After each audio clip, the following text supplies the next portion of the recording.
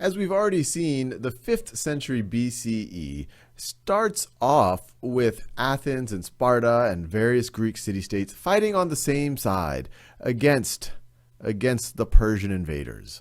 But as we saw in the last video, as soon as the Persians are dealt with, tensions start to rise between Athens and Sparta and their various allies.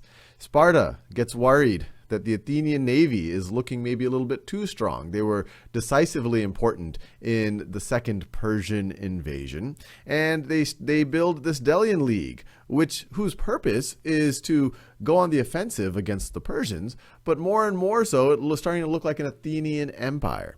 And a lot of this, you can imagine, it's like a game of Risk. The more you take over, the more resources you have, the more that you can build more ships and have more soldiers so that you can take on even more.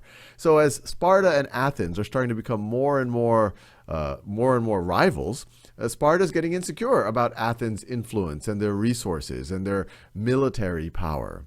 And we even saw it in the last video. You have an earthquake in Sparta, potentially right around the same time that Sparta was planning an invasion of Athens, leaving the Spartans vulnerable. There's a Helot uprising, these Spartan slaves. The Athenians send hoplites to apparently help the Spartans, but the Spartans are suspicious of it and they send them back. And then it culminates with the skirmish you have between Megara and Corinth, which were historically two Spartan allies, but Athens decides to take sides, gets an alliance with Megara, and that's one thing too many for the Spartans, and so they declare war, and you have what's called the First Peloponnesian War, but that's not the Peloponnesian War. That's the first time that you start having very open conflict between the Spartans and the Athenians.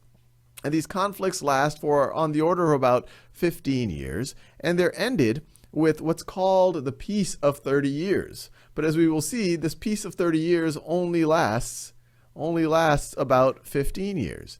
And the whole time, tensions continue to arise.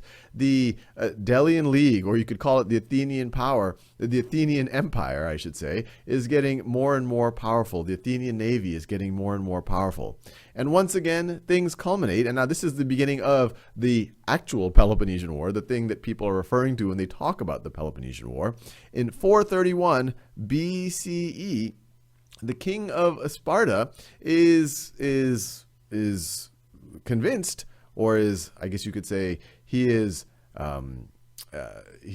influenced to, even though he himself was somewhat skeptical of the idea, he decides to invade Attica. Attica is something you'll hear a lot about. It is this region right over here, this little outjutting of land that Athens is on. And this first phase of the Peloponnesian War is called the Archidamion War, named for the king of Sparta, who somewhat reluctantly decides to invade Attica. And so that's stage one. Archidamion War.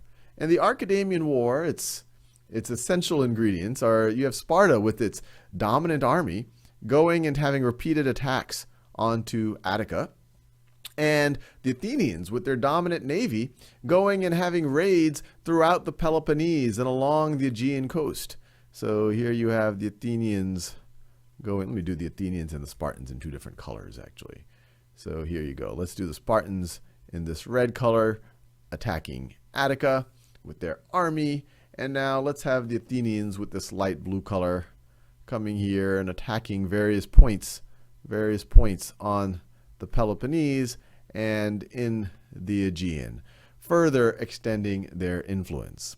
Now that first phase ends, and it goes on for quite a bit. It goes on for about 10 years, ends with the Peace of Nicias, or Nicaeus. But as you will see, and that was actually intended to be a 50-year peace, but as you'll see, it doesn't last long at all.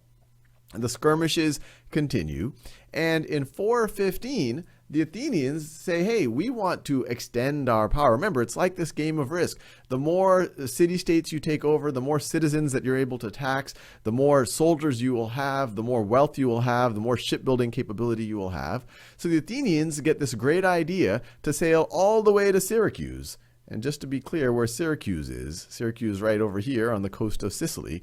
And this is a long distance in this ancient world. To get this idea to sail all the way to Syracuse to try to take it over and essentially to extend their empire.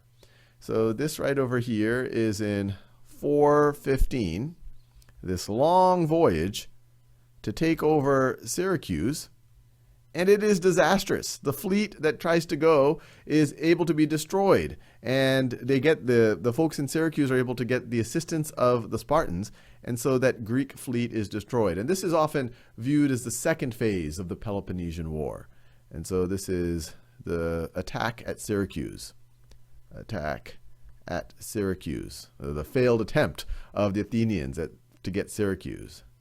And this is a 2-year period of time, because once again, this is no joke to send your navy and to try to get at Syracuse. And then that takes us into the third phase of the Peloponnesian War. Let me scroll this over a little bit.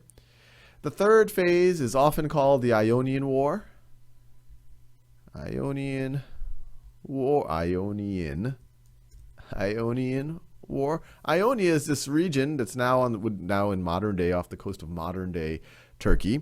You have many of the city-states that were part of this Athenian empire. They're starting to revolt. You can imagine that the Spartans are trying to help those revolts because they're trying to get the Athenians wherever they are. This is often also called the Delelean or Delelean War.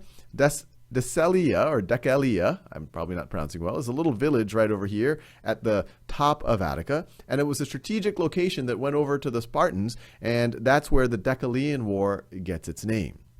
But over the course of this third phase, the Spartans get help from the Persians. Remember, this was their enemy. The Spartans and Athenians had unified against the Persians, but some time has passed. We're now 70 or 80 years later, and the Spartans say, hey, we want to win this thing decisively. They get the help of the Persians. And finally, in 405 BCE, there's a decisive naval battle at Aegospotami. And I'm sorry to all of you Greeks out there that might be listening. I know my pronunciation is not perfect or close to perfect.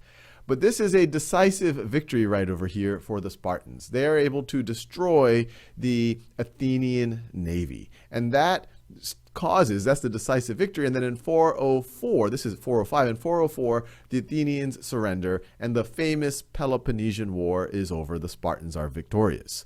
But it's not a great victory because, as you can imagine, you have towns that have been destroyed. Large parts of Greece have been weakened. And it leaves the whole area open to attack from others. And as we will see in the next century, in the 4th century, we have Philip of Macedon, or Macedon, depending on how you want to pronounce it, who's able to use that vulnerable. And the Macedonians or the Macedonians, they are related to the Greek people, but he's able to use that vulnerability that happens over the course of the 5th century to attack the city-states of Greece, but he actually is able to unify them.